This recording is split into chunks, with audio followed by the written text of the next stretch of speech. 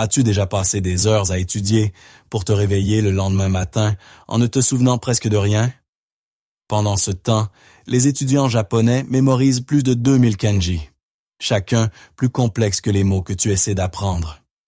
Et pourtant, ils restent plus concentrés, plus énergiques et moins stressés. Le plus étrange. Beaucoup d'entre eux se sentent plus alertes après 5 heures de sommeil que toi après 8. Je connais trop bien cette sensation. Je relisais le même paragraphe 3 fois et j'avais toujours l'impression que mon cerveau m'échappait. Mais tout a changé lorsque j'ai compris comment ils alignent leurs habitudes d'études avec la biologie, et non avec la force brute. La plupart des gens pensent que l'étude est une question de volonté. Plus tu fixes la page longtemps, plus tu devrais te souvenir. Mais le cerveau ne fonctionne pas ainsi. Il oublie rapidement l'information lorsqu'elle n'est pas revisitée. Et il se coupe lorsque ton énergie monte et descend au mauvais moment de la journée.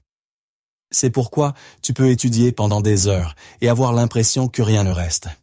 Et pourquoi tu peux dormir 8 heures complètes mais te réveiller épuisé. Les étudiants japonais abordent l'apprentissage différemment. Ils ne luttent pas contre la biologie, ils s'y synchronisent. Leur matin commence par la lumière naturelle et une marche lente de 10 minutes. Une habitude prouvée pour augmenter la mémoire de près de 20%.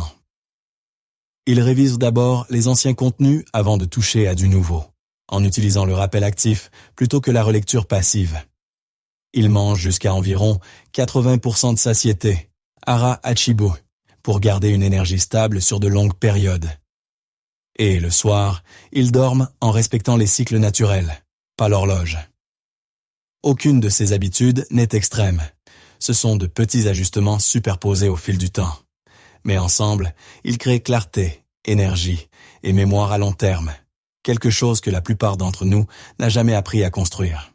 Si tu observes les étudiants japonais le matin, tu remarqueras quelque chose d'assez rituel dans la façon dont ils commencent leur journée. Ils sortent dans l'air frais, laissant la première lumière frapper leurs yeux. Cette lumière signale au cerveau d'augmenter le cortisol. Pas le cortisol du stress, mais la poussée naturelle du matin, qui aiguise l'attention et réinitialise l'horloge interne du corps.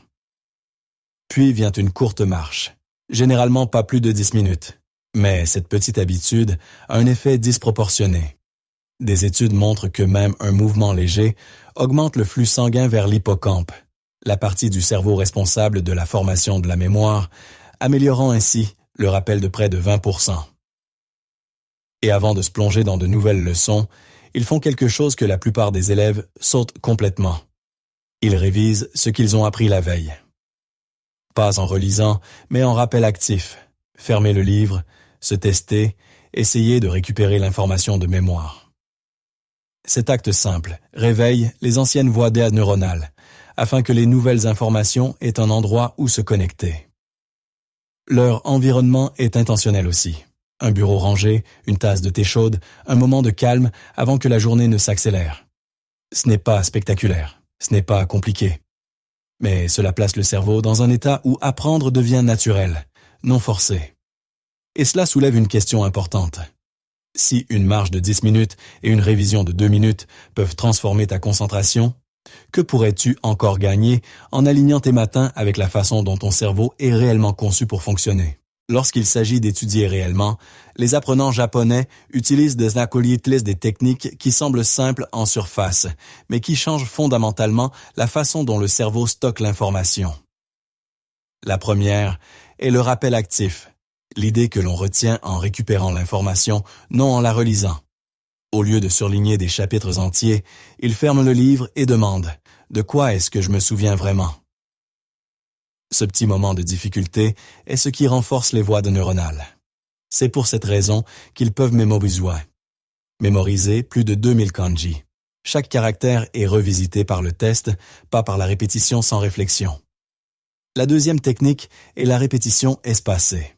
Au lieu de bachoter, ils revisitent la matière au jour 1, jour 2, jour 4, jour 7. Les intervalles laissent juste assez de temps au cerveau pour commencer à oublier, de sorte que chaque révision force un encodage plus profond. Puis vient le Kaizen, la philosophie d'améliorer seulement 1% par jour. Cela semble insignifiant, mais sur des mois, cela devient un progrès irrésistible. Apprendre un mot par jour devient 365 mots par an.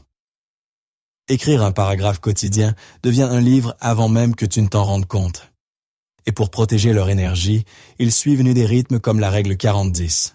40 minutes de concentration profonde, suivie d'une pause de 10 minutes, pour permettre au cerveau de consolider ce qu'il vient d'absorber. S'il manque d'une session, ils suivent le principe « ne jamais manquer 2 fois », qui maintient l'habitude en vie sans culpabilité. Tout cela reflète une vérité discrète. Apprendre ne repose pas sur l'intensité. Cela repose sur le rythme, le timing et la répétition douce, qui respectent la manière dont le cerveau évolue naturellement. La plupart des gens sous-estiment à quel point le sommeil façonne la mémoire, l'humeur et la clarté mentale. Mais les étudiants japonais ont tendance à considérer le repos non comme un supplément, mais comme une partie intégrante du processus d'apprentissage. Le secret ne réside pas seulement dans la durée de leur sommeil, mais dans l'heure à laquelle ils se réveillent. Tes cycles de sommeil fonctionnent par vagues de 90 minutes. Sommeil léger, sommeil profond, puis REM. Si tu te réveilles au milieu du REM, tu te sens vaseux, peu importe le nombre d'heures dormies. C'est pourquoi tu peux te réveiller plus alerte après 5 heures qu'après 8. Dans un cas, tu termines un cycle. Dans l'autre, tu en interromps un. Le soir, ils gardent une lumière faible, évitent les écrans et suivent souvent des rituels apaisants qui signalent au cerveau qu'il est temps de ralentir. Leur alimentation soutient aussi subtilement leur vigilance.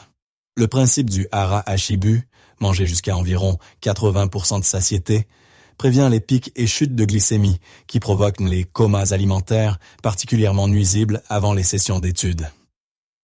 Avant de dormir, beaucoup révisent quelques concepts clés pendant seulement quelques minutes. Ce n'est pas du bachotage, c'est préparer le cerveau. Pendant que tu dors, ton esprit réorganise et renforce les souvenirs, surtout ceux que tu as touchés juste avant de fermer les yeux. Même les moments de silence qu'ils instaurent le soir comptent. Le repos n'est pas passif, c'est un espace actif où le cerveau reconstruit son câblage. Et la vérité surprenante, c'est que ta performance de demain dépend moins de l'intensité de ton travail ce soir que de la qualité avec laquelle ton corps entre dans le repos. Il existe une autre dimension dans la manière dont les étudiants japonais apprennent, et elle n'a rien à voir avec des techniques ou des horaires. C'est l'identité. La plupart des gens disent « j'essaie d'étudier ». Mais lorsque ton identité reste la même, tes habitudes restent les mêmes. Les apprenants japonais opèrent souvent un changement subtil. Ils passent de « j'essaie » à « je suis quelqu'un qui apprend ». Ce petit déplacement crée des comportements qui deviennent naturels plutôt que forcés. Tu commences à protéger tes matinées, tu te mets à réviser instinctivement les anciens contenus et tu continues même les jours où la motivation est faible. Une autre habitude puissante consiste à enseigner ce que tu apprends. Que ce soit en expliquant un concept à un ami, en écrivant un court résumé ou en reformulant un chapitre à voix haute, enseigner force ton cerveau à réorganiser l'information de manière claire et simple. C'est l'équivalent mental d'aiguiser une lame. Et il respecte le silence, l'espace calme entre les sessions d'études où le cerveau restructure les connaissances sous la surface, comme des racines qui poussent longtemps avant que les feuilles n'apparaissent. Lorsque tu combines la bonne identité avec des micro-habitudes constantes, le progrès cesse de paraître dramatique et commence à devenir inévitable. Voici maintenant la vision d'ensemble. Ton cerveau apprend le mieux lorsque tes habitudes s'alignent avec son fonctionnement naturel. La lumière du matin et une marche de 10 minutes activent dans le rythme du cortisol qui aiguise ta concentration. Le rappel actif et la répétition espacée transforment l'oubli en mémoire à long terme. Le Kaizen te fait avancer grâce à de petites améliorations constantes. Le hara hashibu stabilise ton énergie et dormir selon les cycles, et non seulement selon le nombre d'heures, t'apporte clarté plutôt que brouillard mental. Rien de tout cela n'exige un changement de vie radical. Tout commence par un petit choix. Alors demain matin, sors pendant 10 minutes. Avant d'apprendre quelque chose de nouveau, révise tes notes d'hier pendant seulement 5 minutes. Que cela soit ton premier pas de 1%. Et en répétant ces rythmes, jour après jour, observe à quelle vitesse tu commenceras à te sentir comme quelqu'un qui apprend avec aisance, énergie et intention. Cette identité t'attend déjà. Tu n'as plus qu'à grandir pour l'incarner.